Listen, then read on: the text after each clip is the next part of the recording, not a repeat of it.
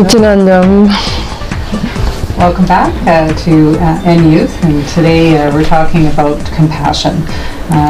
We felt that it was a very important topic to talk about, and we're talking more around compassion when specific actions and things happen to us. We can hold on to a lot of bitterness or vengeance or anger, and sometimes, we become so stubborn we hold on to it and feel like that, we can still hold it against that person but feel whole within ourselves of continuing on with our life. That is not the case. It ends up eating our whole spirit and our nature of continuing on to hold that. So we felt that it was really important to talk about compassion. I've been a grief counselor for quite a few years, and how I started to get involved with a lot of the young people is that, I saw so many people at the end of their life desperately trying to fix a lot of things that or make up for the time that they've lost of feeling and holding these vengeance times when specific things have happened. And it was something that was really impactful for me of how many people had waited till the end of their life to try and make those changes. And so I really wanted to make a difference in young people's life of saying, these are the things that you need to do to work towards. And Swamiji talks a lot more about compassion and having that compassion and nonviolence. And so it's something that, again, that kind of motivated me to do my work and to make some changes that people don't spend their time in life holding these vengeance. Right. And so I know we talked about some stories, and thank you for coming back. Megan's going to be going back to Canada and then returning again, so we wanted to make sure we had... Well, it's blizzarding. Blizzarding, it's minus 30. Yeah, I'm wandering around here without a coat. So we felt it was really important because of some of her stories that she has shared with me, and some that I will share of myself, and of course some people that I've known that have made some changes. So that's the things that we wanted to talk about. What are your thoughts around compassion and nonviolence, of what Swamiji has talked about? Well, I find his angle very interesting because originally I was into trying to learn about forgiveness, and sometimes that's a real tricky one. The people who tried to kill me and kidnap my son, like there's this list of, and your ego tells you you're so justified. Oh, you should hold on to that, or you have every right. And unfortunately, your friends in society encourage that. Of course you should, he should hang. Really hang on to it. And forgiveness is a real tricky one to wrap your head around. And I like Swamiji's take, focusing more on compassion. So instead of trying to forgive someone for what they might have done to you, his angle is understand what that person was going through, or where they were coming from, or what the circumstances were, to try and put yourself in their shoes. And that actually works a lot better because I realized what troubled souls I had come up against. I happened to just go head to head with people who were in turmoil, who were just absolutely desperate. And when you start to realize that they probably weren't even seeing me. They were reacting to their engrams, their samskaras, all their past issues, and it just makes it easier to realize a lot of people are like a hurt child. You're really not dealing with an adult. You're dealing with someone who started being hurt at a young age and as a result never grew up. And when I started to look at these people more as children, it was a lot easier to find compassion in my heart for them, because it is someone who never really had a chance, never was nurtured, never loved. And what a sad place to be in. At least no matter how bad things got, I knew I was loved unconditionally by the universe, and that never left us. And I remember one day after, all hell breaking loose, and literally my 3-year-old and I sitting on the cliffs watching the sunset, and I'm watching everyone pack up their SUVs and go home to their houses, and probably pizza night and movie night, and we're sitting there like on the beach, and And I remember, just looking at my kid and saying, I used to spend thousands of dollars to fly from Canada to sit here and watch this sunset on vacations, and now I'm doing it for free. Yeah. And he's like, for free, and so we sat there and sort of celebrated that. So no matter how bad things got, I still was better off than anyone who was trying to hurt me, and it made it easier to forgive them and feel that compassion, because nothing more could be taken away from me, and I knew I was loved. And I think when you try to go to that spot in your heart, it might be trickier when you're right in the middle of it. Like, it is hard when a lesson's going on to be profound and sit on the outside and go, well, I know why this is happening. You're usually screaming or trying to stop shaking, but the more you can breathe through it, and as Swamiji, his best term is unclutch, disconnect from a situation and understand why this energy is hit. Like, why are you two going head to head at this moment in time? And through the grace of existence, I kept getting hit with these events over and over, 10 years solid of the earth shaking, and it shakes you out of it. You become an observer, because you can't function. You can't keep being in the middle of it anymore, and you do start standing to the side and going, wow, look at this one, and then it's really easy to see compassion for both sides, to view my character and go, wow, you always react like that. That's too bad. It's too bad you always fly off the handle, or you go into this mode. And I started to see how I had a behavior pattern that had to stop. Can you maybe explain a little bit? Because I think that really helps the youth of, the patterns that we end up going through, and how we respond. Actually, we always are easy to blame and say, well, I have no control. This and this happens to me. But, it's really about how we're responding, or that the universe is going to keep giving us in order for us to, move forward. And that's hard for people to understand, especially when it's very difficult situations. Which I will talk, about my death of my mother and some of that. But, when we have things of, people, especially when it's, like I said, someone's trying to kill you, or it's maybe abuse, very obviously difficult. Some, a parent has killed a parent, or there's some really difficult things for people to move on from. So I think it really helps to talk about the same patterns that happened, and then how you've kind of moved out of that. Right, and I think one of my biggest patterns was the big angry guy pattern. If someone was, and it started with my father, if someone was big enough and angry enough, I would shut down. I'd stop functioning and go into a victim mode. Instead of sort of being empowered and, standing toe-to-toe with someone and not being angry, but at least stating my case, being able to not back down.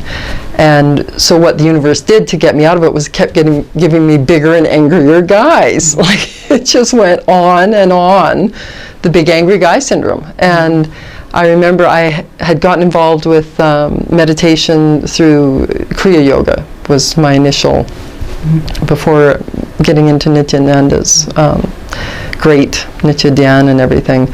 So I at least had a meditation practice going, and what happened finally is the biggest, angriest guy, it was a cult, and they were trying to kidnap my son and throw me out in the street, and he was probably 6'2", had the red hair, long red hair in a top knot, just a huge towering inferno.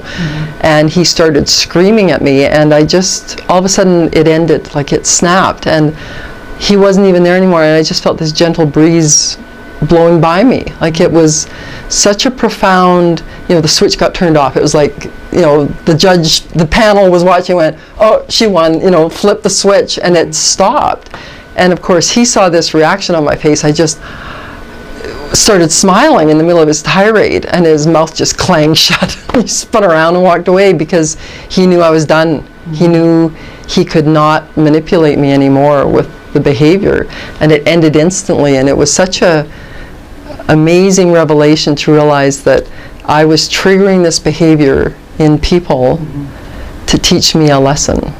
And when Swamiji talks about flowing with things and the illusion of it all, and when you realize that It's just like playing a game. You literally pick the destination and the level, and you go, I want to go in that room and have this test. Life is the same way. You flip the switch, and all of a sudden this little scene plays out, and even though it's somebody who you could go, why are they trying to kill me, why are they beating me, why, whatever, if you can just understand you have been given this lesson for a reason. This is playing out, it's an act, and it's playing out for a reason, and the minute you get it, it stops. And the night that the homelessness stopped, I was literally in an abandoned motel room with my baby. He was up on a stack of boxes, tanking rain, the rain's pouring in under the door, and I just cried and cried, and I couldn't believe I was there. I couldn't believe that my degree and all my credentials couldn't stop me from being in this bizarre situation in another country. I couldn't be rescued by my family. I was isolated, and so I finally talked to existence and just said, I don't know how to get out of this. Like, I don't know how I got here. And I said, I surrender, I give up. Like, whatever you want, I'll do it. But I can't take anymore. And it ended. Like, the next morning, there was nothing in my head, and I sort of went, waiting for the divine knock on the door. Here's your ticket out of here. And I'm sort of, the cat's waiting. Any time now, Meg. Let's get out of here. And so I waited, and then finally I just asked myself, I said, so what should I do? And it was, call Jennifer. So that was a friend. So I went out to the phone booth and called Jennifer, and she got there in like minus 10 seconds. She came so fast, she made time move backwards. And it amazed me. She said, this whole town has been waiting for you to ask for help. She said, but you were so proud, and we didn't want to insult you. But she said everyone knew what was going on. And she loaded my kid and the cat and I up and whisked me off to her place, and I was working in the greenhouses, so I did have cash every day, but not enough. America, first, last, and a damage deposit, for a place, you need $2,000. So to go from homeless to having $2,000 in your pocket is just such a massive leap. So friends just started taking us in, and I was working every day, and so all of a sudden baby steps, we learned how to live again. We learned how to be in society again. But it was the same thing. I had to get it. I had to understand why the universe was throwing this at me, until I got that I was supposed to surrender to it and stop fighting it. It was like, everyone's in this beautiful raft going down a whitewater rafting trip, and I'm in the water, and they're all going, get in the boat, get in the boat. No, I'm having more fun here. Hitting rocks, coming off. That's right, and being angry at the people. Angry because of that. Yeah, and it's your fault I'm in here. Yeah. Well, no, it's your fault you're in here. So, it's all about, the feeling compassion for others and forgiveness for others is because you're all playing a scene. And as soon as you get what the lesson is in that scene, it ends. So it's nobody's fault that it started. Nobody's the hero for it ending.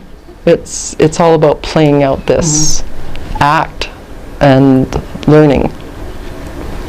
And I think, that always reminds me of, when they always said there's only the one footprint that you're walking along and nobody is there. And right. And it's always that, that's because they are carrying you. God was carrying you. Yeah.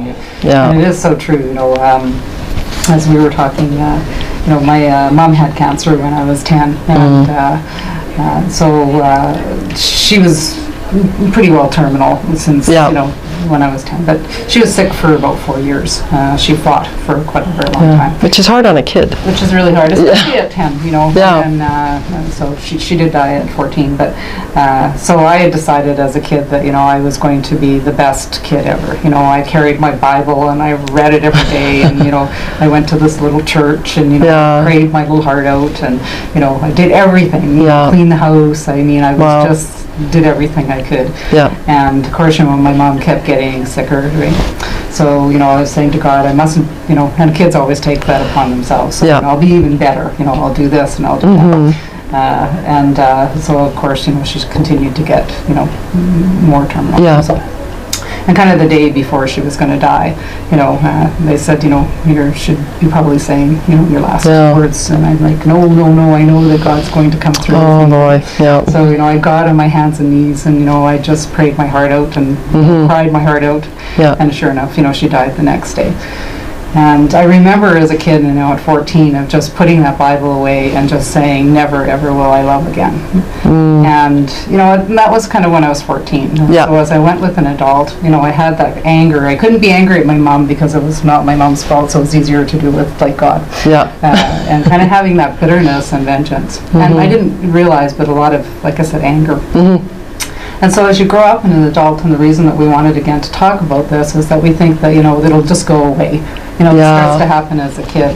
And, when you become an adult, it doesn't go away. Swamiji so beautifully says that, is that, you can't be two different people. I'm going to be in this situation where I'm going to be having, this bitterness and anger against that, and I, that was against relationships that I had. Right. That's love, and so that was kind of not wanting to get close to people, and it's true. You can't. You have, think, I could love myself, but this situation, I can be this way, and you end up, doing the same for yourself, and a lot of conflict, and actually just it ends up eating yourself. And that's what I noticed, is hanging on to that anger and rage and not forgiving or feeling compassion. It doesn't hurt anybody but you. It just starts eating you inside. And what I started feeling was the weight of the world on my shoulders. And literally when I started letting go every angry hurtful situation, as I let it go, the weight lifted, and you start feeling light. And that's really true when you have this deep compassion for whatever that's happened. And I know it's hard sometimes with kids, but that's why we wanted to talk about it. And having kind of this non-violence, and that it's mirroring, and so you need to be able to have that within yourself. And this opens up this huge area, and the cosmic will look after you. Right. The master will look after you. So because I see so many, it took so many years out of my life of suffering that I thought that I, wasn't. Right. That it was kind of a separate thing. Yeah. But as you were saying, my relationships broke down, like it would have to be a constant thing, and it would get bigger and bigger and bigger. And so it was really important when I finally said, this insanity has to stop. Yeah. Because it's true, it got bigger, and my relationships, they got worse. And the feeling of heaviness, you wake up in the morning exhausted already. And it's because it's like you're dragging all these chains and weights behind you. And I got really stubborn and said, no, I'm right, And some of it, I'd have to say is subconscious. Yep. That I literally didn't maybe consciously do that. But, I knew, like, I was holding on, and I was going to be proved right. Right. That, I was done wrong as a kid. But all it does is, again, do more suffering for yourself. And it just eats your soul, and you don't move forward. So cosmic, with the deep love, and with the master, they just keep getting. Well, and he says, the illnesses that then, you look at how many angry, unforgiving people are out there, and how much cancer is just epidemic. I probably 80% of the people I know back in Canada are dealing with cancer, which is an astounding number. But you talk to them, and I didn't realize what a period of grace it was for me to be homeless because of what I learned. And then I come back to society, and there's these people holding, well, she called me this, and so I'm never forgiving her. And I'm like, come on, you're not forgiving that? I forgave someone who tried to kill me. Like, why am I, a fight at the bridge club? But you hold on. It's just this right. intensity of saying I'm right. The ego gets involved, and it's like, I'm just going to prove that that's not, that you waste so much time in one's life, and honestly, you're the one that ends up doing the suffering. Right. Right. Because it does end up either in disease or, impacts relationships. It's physical, it's mental, it's spiritual. Well, and as Swamiji said, it shrinks you. Like, instead of expanding, the universe is constantly expanding, we're supposed to be expanding. Instead, you have a black hole in you that just sucks in everything. You become this, and you see it in old people, these shriveled, their faces are tight, and it's all this bitterness and rage because they could never feel compassion for someone else. It's me, you know, I've been wronged, kind of thing. So yeah, it's not pretty. Yeah, and so when I, you know, like I said, when I worked in hospice, and I'm looking back, and it's just, you know, people are trying to rectify, you know, 60 years of their life, Wow. or 80 or whatever, and within 3 month short period, you know, they're running around with this compassion and kind of having this nonviolence and being able to, and you can see this expansion. When you work in the hospice, as soon as I saw that, I could see this energy move, and it just, like Swamiji says, expanded, and it just lifted. And it was just something that said, you know, I'm going to start working with young people. If someone worked with me very young, and I can't say I wasted a lot of years, because, you know, obviously maybe that's some of my path through there, but I could have moved forward so much faster if I just allowed that to let go and be able to, you know, it's fine. Okay, if I'm angry, it's fine to work through all of those emotions, but allow that to happen instead of holding so tight. And I'm not going to let anyone else hurt me as a kid. And of course, the closest things are any relationships that you're going to have. So it's just, you know, I'll always be protecting myself. And it is tricky for teens, just because that is such a hormone-fueled time that it's easy to hold grudges and have emotional breakdowns and everything. But, you know, if you can just keep a Post-it note on the mirror or something to remember that everybody is in the same boat, like everyone you're bumping up against is having rage issues and hormone issues, and, you know, people are not meaning to hurt your feelings, probably, you know, they're just spewing. But it's a pressure cooker. And that's just so true about judgment of others, because it's so quick to make judgments about others, that they have a better life, or that there's nothing wrong with, you know, like I said, a perfect life. There's no such thing. And majority of the time, when, you know, everybody has something in their life. And so that's where, again, I just love the approach of Swamiji for compassion and have nonviolence. And I mean, he's just gone through a very difficult time, and I mean, he just said, you know, I come from a compassion. Everything is completely open in the cosmos. And as soon as, you know, these things came to surface and left, he's at the same spot. Right. You know, he's ended even farther. Like, you know, the sign goes, you know, there and just... Well, and that's what he mentioned, was that because of the nonviolent, compassionate stance, everyone recovered faster. Whereas suffering is not there. You know, but they just move through it. Move faster. And that's what I see as events in my life. I move through very quickly. Like good, bad, whatever. They're just moving. It's like the river. It's just flowing. And there's such an ease to it, because you're not carrying these loads with you constantly. It comes, it goes. It comes and goes. Yeah. And I think, too, I've really learned a lot about awareness. You know, I can easily sometimes get into those where I hold things in and I don't want to talk, you know, about it if something happens. And then I think, okay, I'm just, you know, removing myself from a situation, and then it's just better. But again, it's more about the impact that it has on me, because it's again holding in something, you know, that you're frustrated with, and so it's important that you talk with that person or work that through, and pretending to yourself that, you know, it's okay, it's over, I'm just not going to deal with that situation. But it is something that's very similar on a, you know, smaller scale, but it is just very similar, that you want to be right, it becomes an ego, and, you know, you get stubborn about a situation. But it always is that it suffers for yourself. Well, and that energy shift is so profoundly easy. You know, you think, oh, I could never walk back into the room with that person, or like I had a situation with a family member, and we had a falling out for 7 years, and I wasn't allowed, you know, basically in the house. And finally, there was a death in the in-laws' family, and it started to shift. Like, everyone started to realize, why are we holding on to this kind of stuff? And so my son and I were finally invited for a family dinner, and my son was old enough to have realized what had been happening, and he said, so what do we do? And I said, well, how about we just go and pretend they're new people, like we're meeting them for the first time, instead of, you know, 7 years. You know? And so we showed up, and everyone was twitching. They were so nervous. Like, you could tell everyone was ready for a bomb to go off, because of the, oh, you know, this should be a big deal.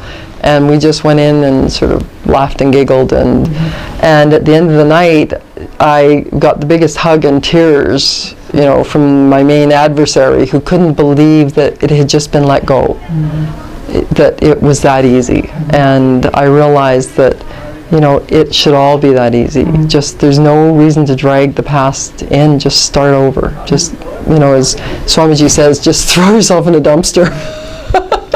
Which is, that's one of my favorite visuals. The number of times I've pictured myself in a dumpster staring at the stars and going, well, Swamiji says I belong here.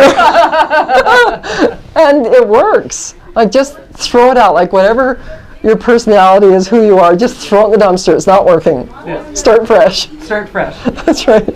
And this hologram's trash. Yeah, just, you know, and that is just so true, because we waste so many time and years like that, and it is really true of how you respond, and that's kind of the law of attraction too. You know, so you're going to be really stubborn, and that's going to start to happen. That person ends up feeling that energy, and so that just ends up increasing it. And so we end up we're the one that's attracting that. Right. As soon as we let that go, and like I said, put that in the dumpster, it's gone. Well, and it spreads and affects. The person doesn't have that intense energy that's pulling towards them. They feel the shift and the release. Right. And they've talked a lot about that, you know, of people finally releasing from it. The person has actually talked about that when they're doing some research of some release themselves, when they're not even in the same room. Right. And all of a sudden that opens, and that's what the universe is opening now, you know, because you're allowing that energy to flow. Right. It's kind of like, you know, that you're having this, I think Swamiji talked about having walls and doors. And the doors can open, but the walls, you know, so it's just, things can't. So it's just, you know, if you have a door, it can open. And so once that is, they can feel that energy that's going through. And it's just really important for us to start to really look at, like I said, going into kind of, I always like that dumpster too. Because I'm visual, so because it helps. You know, sometimes you have these things and you can laugh about it, and it's just in the dumpster, and it's gone, and you know, you just end up moving. And you know, it does take courage at times that we have to say either we were wrong, and even if we weren't, you know, we just wanted to have compassion, because obviously the person either going through a difficult time, or you know, we're you know, pushing each other's buttons because the universe wants us to move past whatever is going to be there. And it can be difficult to see, like you said, when, you know, someone was trying to kill you, or, you know, you're having a parent die, or, you know, you have an abusive situation. When some things are, you know, very difficult in life, it is hard to see. But it's hopefully that we've helped a little bit of you know, things to go through, and our stories, I think, always do help for young people to see and to move on with their life and to be. You know, life is beautiful when you let it go. Just, it is beautiful. Well, thank you. It really was a pleasure, and thank you for sharing. It really does help. And I'll be here virtually from minus 30 degrees. Wishing I was here in this hot room. That's right. Wish I was sweating on NTV again. So we do ask that you send in any emails or any questions. I know that we've had some emails around, you know, having a parent die and having a lot of rage and anger and not wanting to have someone close, and you know, that's kind of spurred this talk on compassion and nonviolence. And you know, we learned a lot from what was happening with Swamiji. And scandal, and like what he said, that there's been no suffering. You know, people have just now moved straight through it, and you know, there's just a lot that we can. There's so much in life to do, and it is where you're, you know, stuck in a specific situation for so long that doesn't need to happen. That if we just allow that to let go. So thank you, and hopefully you stay warm. We'll stay warm here. And we look forward for you to join us at the next show. Nithyananda.